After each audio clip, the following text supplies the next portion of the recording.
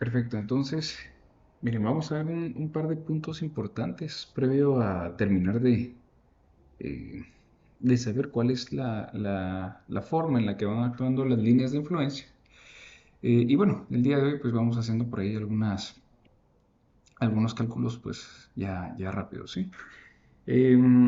Sabemos que los estados límite pues van a ser todos aquellos que estén en función de cómo nosotros queremos hacer llegar esas demandas de los puentes a donde sí corresponde, ¿sí?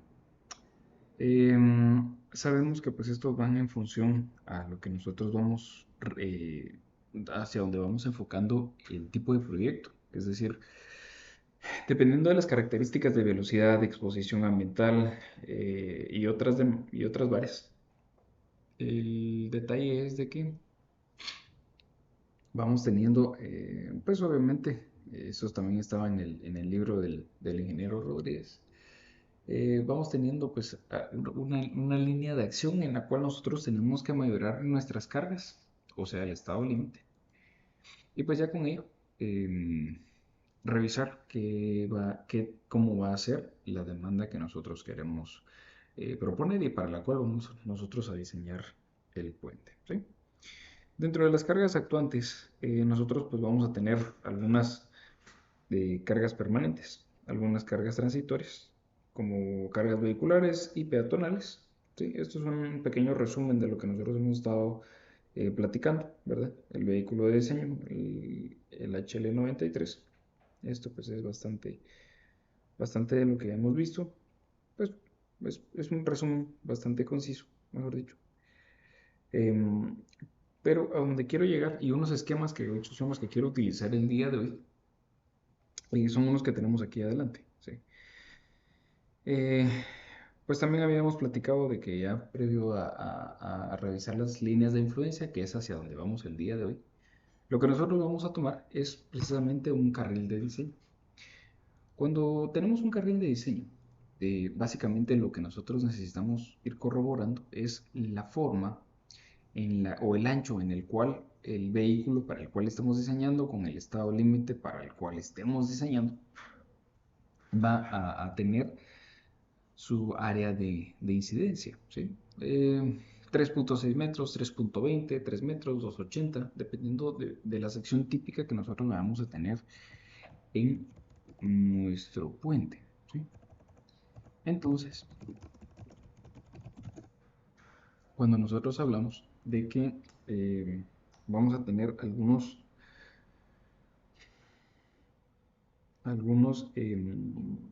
algunas características límite. Por ejemplo, vamos a tener, y por eso es importante este punto, esta presentación, también está en su libro, pero aquí pues un poquito más resumido, tenemos las diferentes deflexiones permisibles, ¿sí? En las cuales, en realidad, en base a la AASHTO sección 2.5262, tenemos pues obviamente algunos valores siempre sobre la longitud libre. Aquí vamos a tener que L pues es la longitud libre, la cual pues va a ser dividida dentro de estos valores, ¿correcto? Pues obviamente como es unidad de longitud, en la medida que nosotros procedamos a hacer la división, así es como va a ir actuando pues la misma, ¿sí?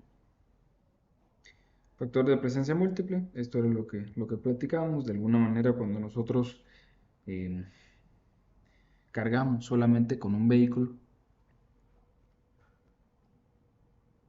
precisamente porque el vehículo cargado puede hacer que estas vigas, si este es su eje central, pues de alguna manera llegue a generar un efecto de torsión, volteándolas pues de esta manera y afectando también a estas otras, sometiéndolas a una torsión inducida.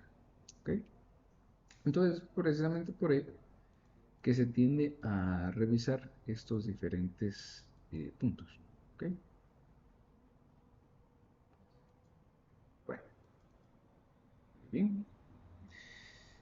En cuanto al incremento de carga dinámica, pues eh, todos los diferentes eh, Estados límites, como son fatiga y fractura, deben de mejorarse por un 15% y los demás estados límites a un 33%. Las juntas son las únicas que se llegan a fatigar un poco más de lo que normalmente. De tal manera que pues estas llegan a llevarse un poquito más al límite, digamos, como tal. Las vamos ensayando un poco más con cargas mayormente demandadas. Ahora bien, factores de distribución para momentos flectores. Aquí hay varios criterios, eh, pero especialmente de que todos estos factores de distribución van a aplicar especialmente para vigas interiores. Vigas interiores, me refiero a que de una sección transversal, acá tenemos dos vigas interiores, ¿verdad? Siendo esta viga interior 1 y aquí tenemos la viga interior 2. Esta sería viga de extremo, ¿sí? 1 y esta sería entonces la viga de externa 2 o extrema 2. ¿Okay? Pues, por ejemplo, de esta sección transversal yo tengo dos vigas interiores, por ejemplo, así les vamos dando el nombre. ¿Y qué es lo que pasa? Que para diseñar de manera óptima, Ashton nos permite a través de su sección 4.6, 4.6, 4.6, 222, 223, 223B, AB también, y la D. Hacer una distribución de tal manera que cuando nosotros aplicamos los diferentes factores de distribución, que de hecho vamos a hacer un cálculo de cómo revisarlos, pues nosotros vamos a ir teniendo una disminución sobre el momento. ¿Sí? Bueno, cuando nosotros entonces ya obtengamos el momento máximo, es decir, vamos a ver, recordando un poco acerca de que un puente es muy semejante el proceso de análisis en el cual pues arranca con un momento igual a cero y finaliza con un momento igual a cero, pero se tiende a producir un momento máximo aproximadamente a L medios. Esto es una teoría bastante lógica, ¿sí? Pero pues obviamente vamos a ver ya que esto generalmente va a aplicar cuando nosotros tenemos o ya sea bien una carga distribuida que nosotros podemos transformar, ¿sí? Esta es una carga distribuida, o bien tenemos una carga puntual P al centro, justamente a L medios. ¿Cuál es el problema con, o no problema, sino la característica que llegan a generar los puentes?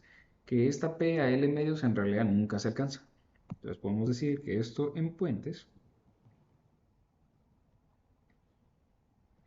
de alguna manera no existe literalmente así,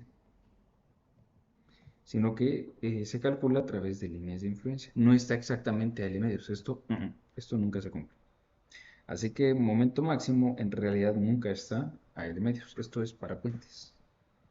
Porque nuestras cargas ni son uniformemente distribuidas ni son puntuales al centro. ¿Okay? Entonces, ¿qué es lo que nosotros vamos a tener? Pues vamos a tener un momento máximo cerca de la longitud media. Como les decía, pues esta no es exactamente la longitud media como tal. Siempre hay una variación. Y eso, para lograr llegar a ella, es de que nosotros normalmente vamos a estar utilizando,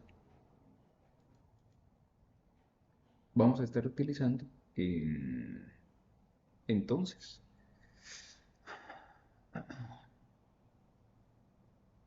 una línea de influencia. Con esa línea de influencia vamos a encontrar nosotros los momentos máximos. Los momentos máximos, digamos,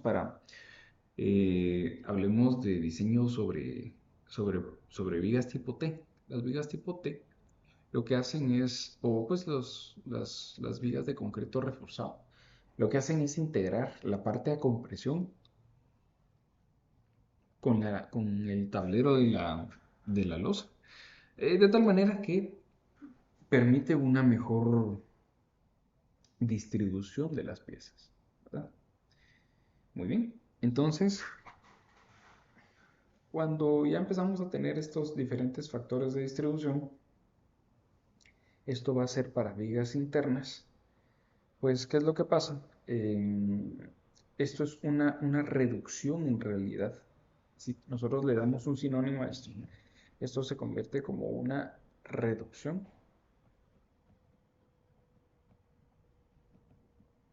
del momento flector, de ese momento máximo. Pero ojo que este aplica solamente para vigas internas.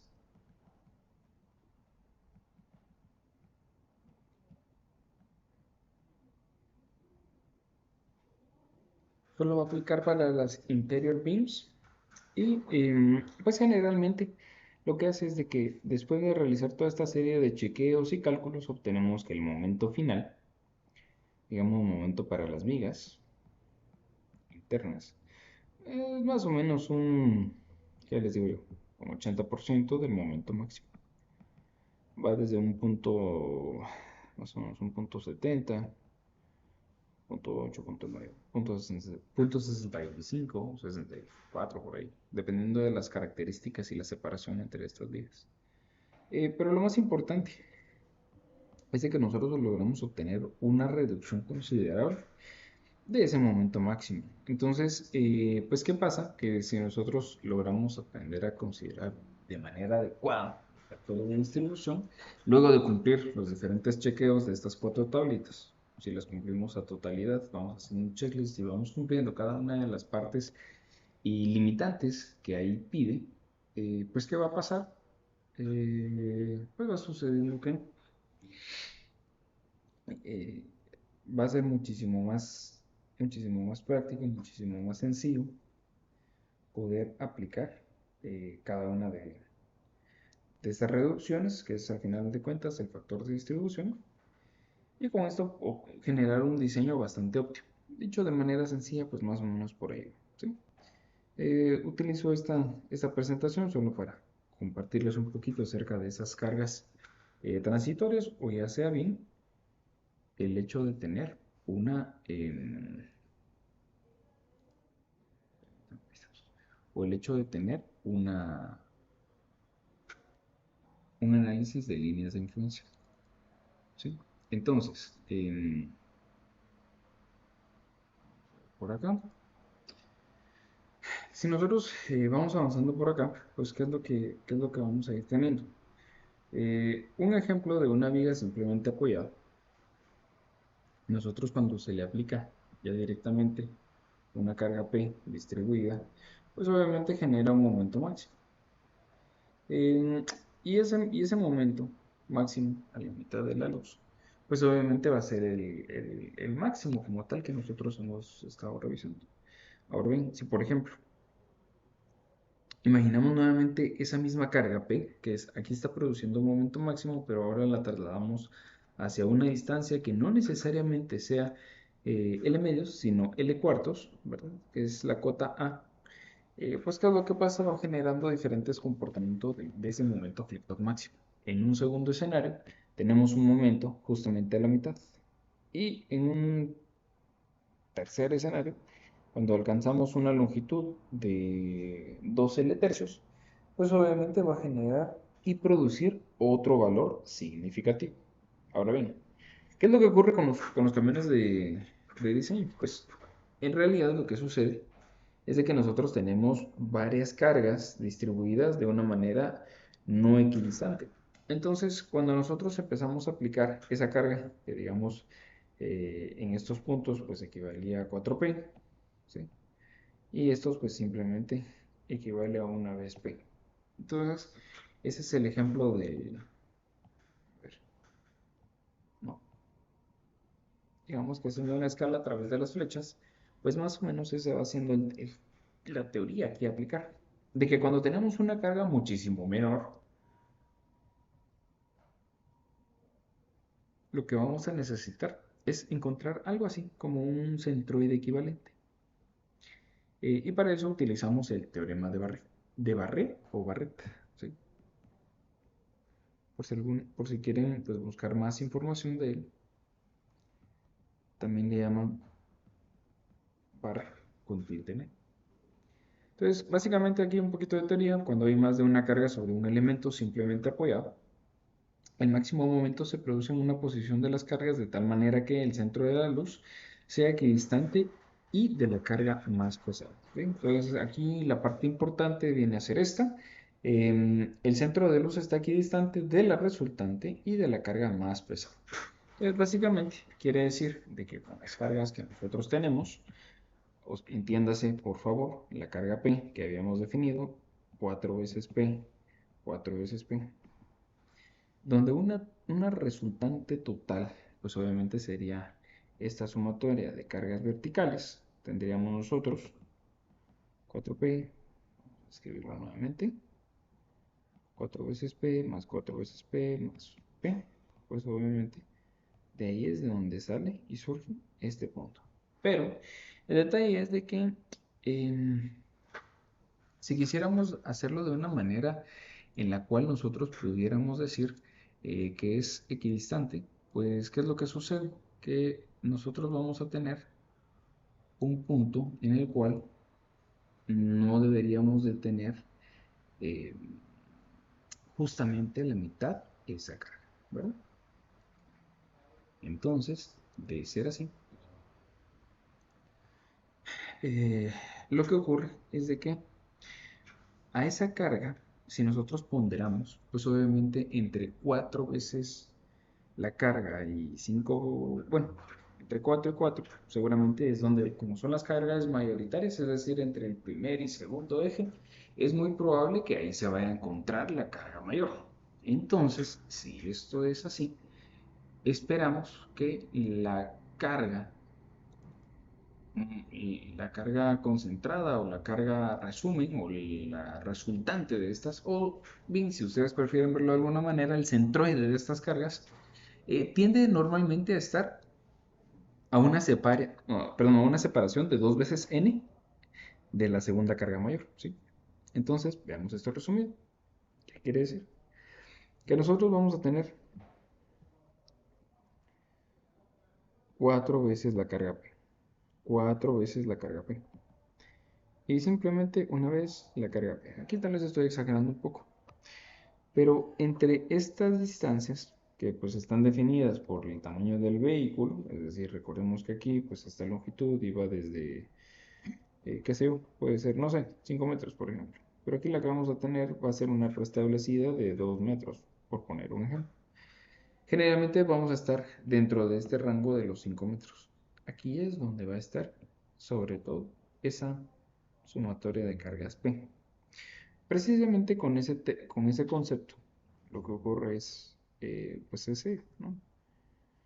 Si ustedes sacaran el centroide, pues tiende a estar, sí es cierto, dentro de esas dos cargas 4 veces.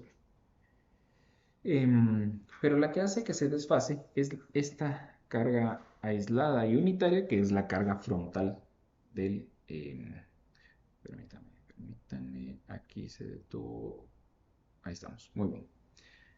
Entendería yo que ya pueden ver la pantalla. Entonces les decía que esas diferentes cargas, pues lo que hacen es venir a separar, ¿verdad? Eh, pues un poco la misma. Ahora bien, si nosotros tenemos ese desfase, normalmente la separación que ocurre entre estos dos puntos es un valor llamado 2 veces n. Digamos que es como la excentricidad que vemos en una casa de mampostería, por ejemplo. Esa famosa excentricidad es un valor teórico. Ese es el teorema de Barré. Un valor teórico que equivale a 2 veces un valor de n. Bueno, a un valor de 2 veces n, que es más o menos lo que aquí está sucediendo. Aquí tenemos 2 veces n, que viene más n.